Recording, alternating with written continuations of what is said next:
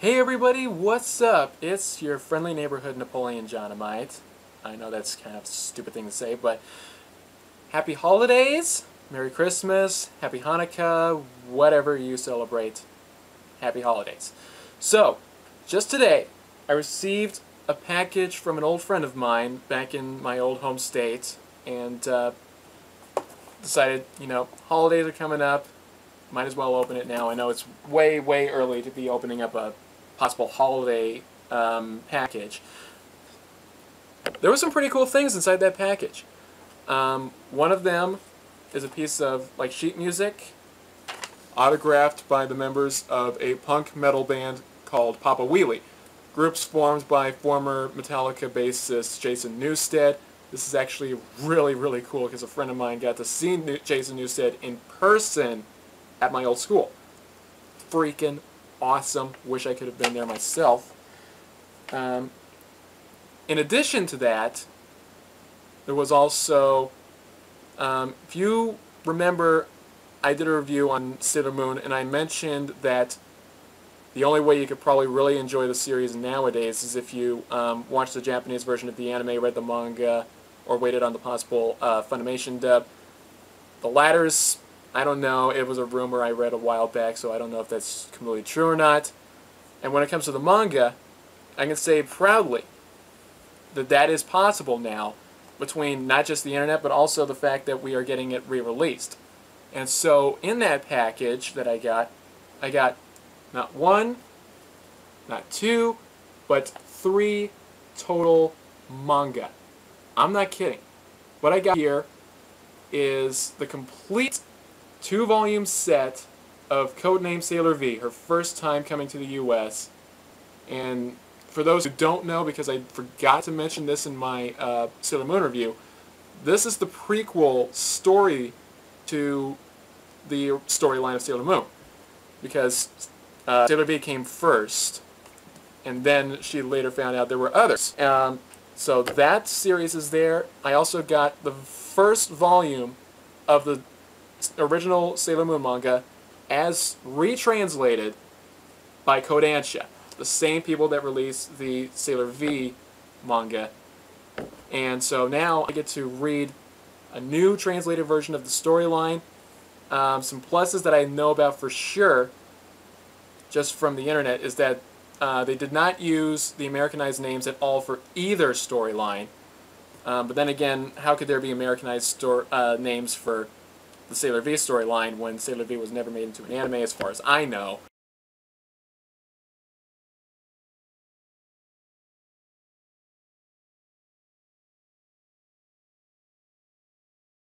This is my book, and I'm gonna read it!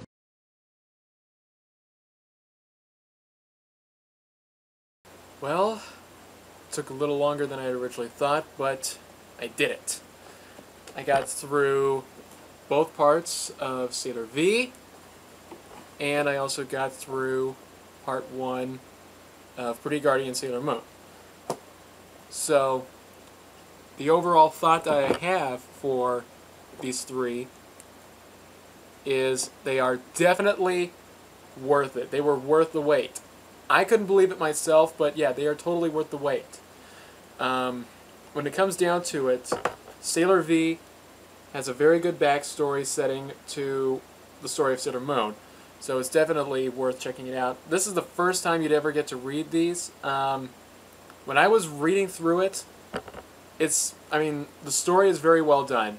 You get to see how Minako Aino, the girl who would later become Sailor V and is in the Sailor Moon storyline, you get to see how she becomes the first Pretty Guardian in a sailor suit, codenamed Sailor V. So you get to go through her exploits, and with this, not only was there some good action in the storyline, there was also comedy. I mean, there were some chapters in here that I just couldn't help but laugh while I was reading along. So, it's definitely worth it to get to read these 2 books, What was also kind of cool was in some of the chapters, characters that would later become main characters in Pretty Guardian Sailor Moon, the future series, you know, this right here, they made brief cameo appearances as like prop characters essentially.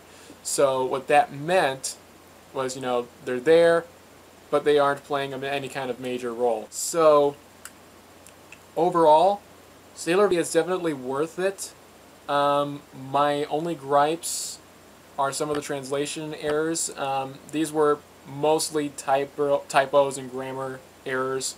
Some of the language dialogue just came out really awkward sounding, almost making even those who are native English speakers going, who the heck speaks like this? You know, that's not normal. So that's a minus.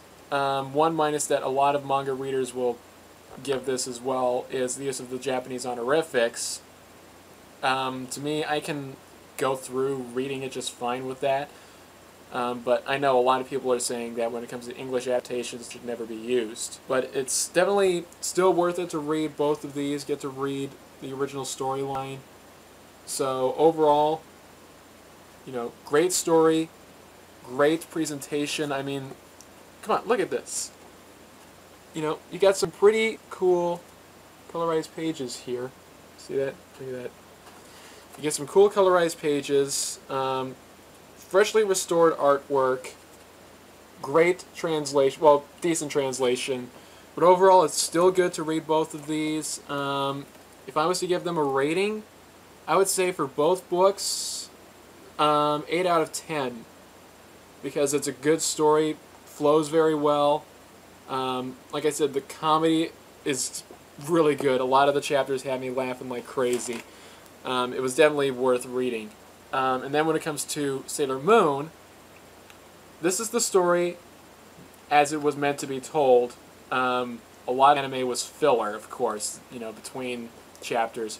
So it'd be like, you'd be starting off with the normal chapter 1, which is Sailor Moon's up and coming from Usagi Tsukino, as you can see right there, you know. And then later on in the manga, you would go straight from that to you're being introduced to Ani Mizuno, right there. You can see that. She's the one who becomes Sailor Venus. After that, you get introduced to Sailor Mars. Then, you know, you got like 1 or 2 extra chapters in between. Then you go straight into Sailor Jupiter's first appearance. Just goes like that. It's a pretty good flow. There's a lot more drama with this version of the series. It is definitely darker. After having read some, you know, fan translated versions online for this, it's definitely a lot darker than what was put into the anime. But overall, it's still very well done. Again, the complaints are the translation errors. While they did use the original Japanese names, which was a plus, again, it was some of the dialogue was written very oddly. Kind of makes it hard to read sometimes, but if you can work past it, it's still a good read. Again, presentation is done very well. You know, again, some nice colorized artwork, especially for like very beginning part of the chapters, as you can see right here. This is the very first page to the actual story. It's very well colorized. It's beautiful, beautiful artwork. It's pretty well done, you know. It's definitely worth reading it to get into this. I will say that I have read some of the future chapters that came beyond what we get here. We go up to like chapter 8 in this one. I've read some of the other chapters online. It definitely gets a lot better from this. It's a good starting point with this one, but it definitely gets a lot better past this part. Because past this part, we get to have, guess who, join the major part of the storyline, this time as her intended Sailor form, not, you know, codename Sailor V. You get her as actually Sailor Venus.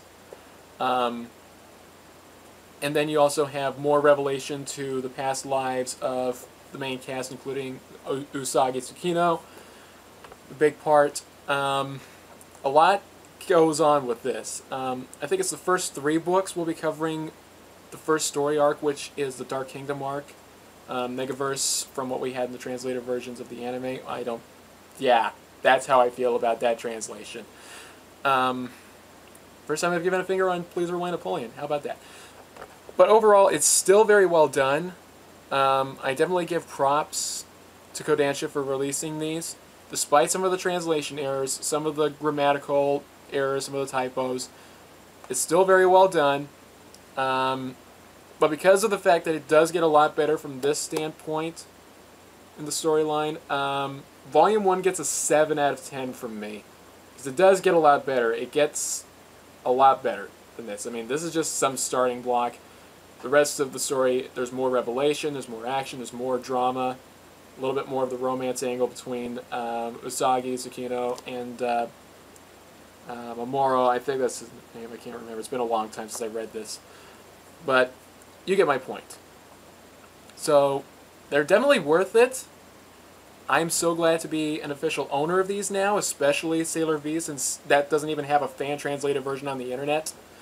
So, getting to own these 3 books, getting to own Sailor V, and the very beginning of Sailor Moon, to own these 3, I love it. You know, it's really cool for me here. It's more to add to my collection, which, you know, thinned out a little bit. But it's definitely worth it. The story is still intact, which is the major thing. Definitely worth it. So now I have big thanks to the sender of this package, who's also a real-life friend of mine, a future co-host for some reviews, possibly. You've seen him comment on my times here. Mr. Drift King James. He is the one that has given me the Jason Newsted and Papa Wheelie autograph, as well as the 3 manga. Big thanks to him for sending me this package. Wonderful Christmas present, probably the best one I've gotten so far this year. And then a big thanks to Naoko Takuchi, the creator of the series. I know I bashed on the anime, but that was mostly the English dub. It's not your fault. I know you had nothing to do with the dubbing. But I do thank you for re-releasing the story to the U.S. audience. I mean, to give us a chance to reread the story as it was meant to be done for Sailor Moon, getting to read for the first time the very backstory, the very beginning to what would later bring about the great phenomenon in Sailor Moon. So I thank you greatly, Naoko Takuchi, for that. So it's definitely, yeah, this definitely redeems Sailor Moon for the bad rep it had, you know, way back in the 1990s when we picked it up. So, you know, it's definitely worth it. I say, if you can, go out and get these. Like I said, though, I mean, the first volume of Sailor Moon, it does get better from here. Volume 2 is very good in terms of the story, but again, the adaptation just kind of bombs it, sadly, because of the translation errors mostly. Sailor V, it's very short, but of course when you want to go from this character to this character in terms of your story, then I guess you don't really need a lot of story for this. So, you know, it's very good series. I really recommend these, especially since it helps us to better appreciate that particular period of our childhood where we watched the Sailor Moon anime. I mean, it's hilariously bad now in terms of that dub, but if Funimation, Viz, somebody like that is able to get the rights to the redub, I say let them get it. I'm really looking forward to seeing a redub. Maybe it'll actually be done pretty close to this in terms of the translations. Well, you know, better than the text, of course. But, yeah, I'm looking forward to possibly getting to see the redub, but for now I get to enjoy the manga until, you know, that period comes. So once again, thank you to Drift King James, thank you to Naoko Takuchi, and that's my mini review of the Sailor Moon manga, my last review of 2011. So, to all my fans, thank you for watching, have a happy holiday, and I look forward to seeing you all with more reviews in the year 2012. Peace.